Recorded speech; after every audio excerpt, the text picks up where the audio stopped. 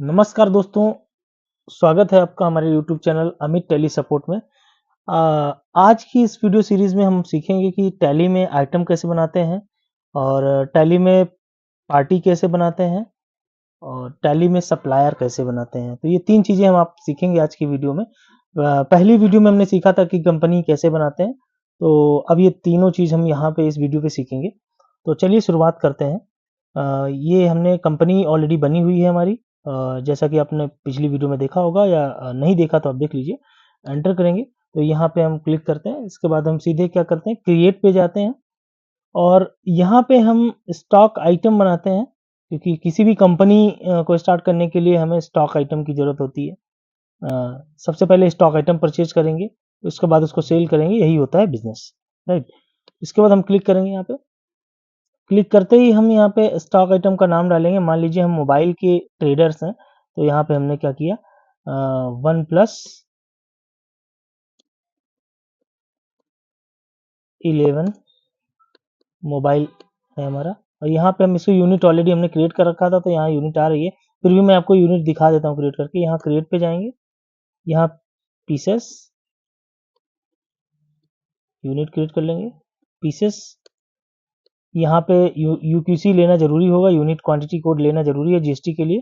तो यहाँ पे हम पीसेस डालेंगे, एंटर ले लेंगे, यहाँ पे कर देंगे यस। जीएसटी एप्लीकेबल है, जैसा कि यहाँ पे आप देख पा रहे हो कि सबसे पहला जो पहली बार जब आइटम स्टॉक क्रिएट करते हैं, तो स्टॉक क्रिएट करते समय वहाँ पे स्टॉक आइटम में हम सबसे पहले स्पेसिफाई करते हैं। फर्स्ट टाइम आपको करना है, उसके बाद ये ऑटोमेटिक लेता रहेगा, स्टॉक आइटम में फीड हो जाएगा हमेशा के लिए टैली में। तो यहाँ पे हम क्या करेंगे, इसका एचएसएन डाल देंगे। एचएसएन डालने के बाद यहाँ पे हम स्पेसिफाई डिटेल्स हियर, मतलब टैली को बता रहे हैं कि इसमें स्टॉक में कितना जीएसटी लगेगा इस आइटम में। तो हमने कर दिया 18% और इसको कर दिया हमने एंटर, एंटर करके सेव। ये स्टॉक आइटम क्रिएट हो गया।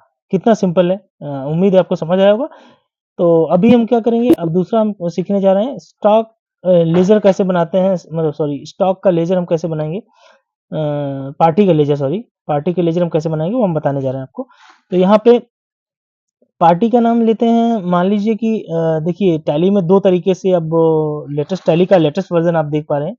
तो यहाँ पे क्या है कि हम 2 तरीके से लेज़र को क्रिएट कर सकते हैं, पार्टी के मास्टर को क्रिएट कर सकते हैं।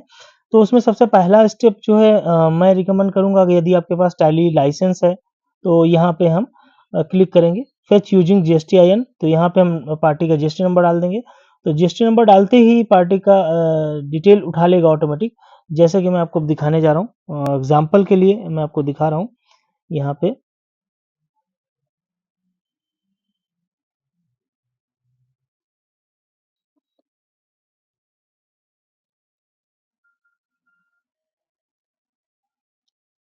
एग्ज़ाम्पल के लिए मैं आपको दिखा रहा हूँ यहाँ पे। यहाँ पे एक जीएसटी नंबर मैं डाल रहा हूँ 09, जैसा कि मैंने डाला था यहाँ पे 09।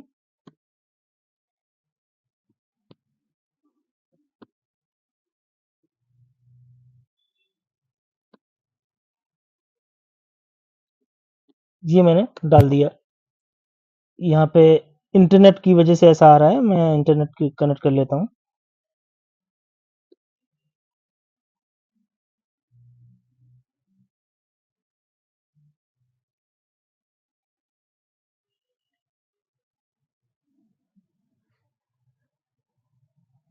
जैसे कि मैं अब जीएसटी नंबर यहाँ डालूँगा, फिर से यहाँ पे इस स्क्रीन पे आ जाऊँगा मैं।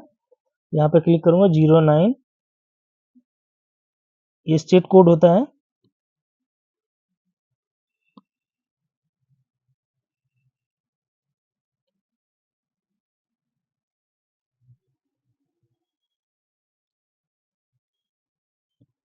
एंटर करते ही ये अब ऑटोमेटिक सब सारी डिटेल इसने फेच कर लिया। सबसे खूबसूरत बात ये है कि इसमें आपको कुछ लिखना नहीं है, ऑटोमेटिक ये सब कुछ फेच कर लेता है। उसके बाद हम सीधे इसको कर लेंगे एक्सेप्ट।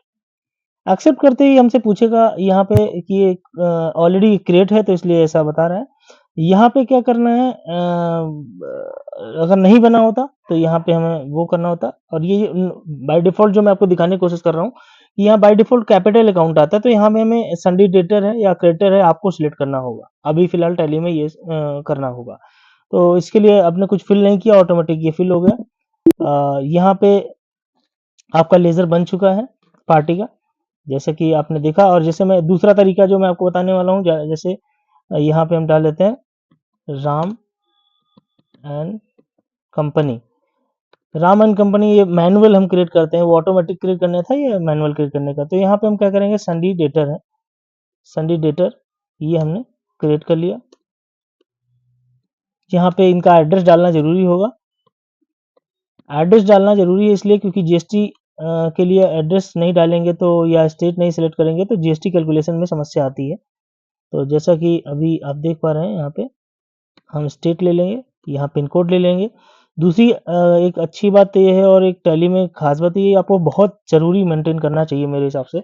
इसको जैसे यस करेंगे, यस करते कॉन्टैक्ट डिटेल इसलिए मेंटेन करना चाहिए क्योंकि अगर कॉन्टैक्ट डिटेल मेंटेन करते हैं तो कभी फ्यूचर में आप एक साथ पार्टियों के कॉन्टैक्ट डिटेल एड्रेस के साथ आप लेना निकालना चाहेंगे तो टैली में ऑप्शन है, वो उससे निकाल सकते हैं, बाय डिफ़ॉल्ट है वो। जैसे यहाँ पे राम एंड कंपनी था तो कॉन्टैक्ट पर्सन राम हो गए। यहाँ उनका मोबाइल नंबर जो भी आप डालना चाहें वो डाल लेंगे। डालते ही आप यहाँ पे ईमेल डाल देंगे। ईमेल अगर कुछ है, ईमेल यहाँ पे हम कर लेंगे। यहाँ पे इसको हम कर देंगे सेव। और सेव करने से पहले हम एक चीज़ आपको बताना चाहते हैं, यहाँ पे अगर ये पार्टी रजिस्टर है तो रेगुलर रहेगा, अगर नहीं है जीएसटी नंबर तो इसको अनरजिस्टर्ड कंज्यूमर में डालेंगे, जैसा कि आप देख पा रहे हैं ये।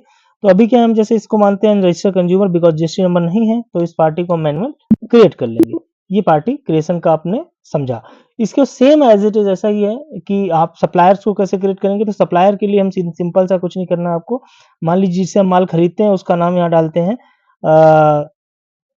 Next in solution, solution. यहाँ पे हमने क्या किया, सन्डी क्रिएटर, क्योंकि इनसे हम परचेज करते हैं।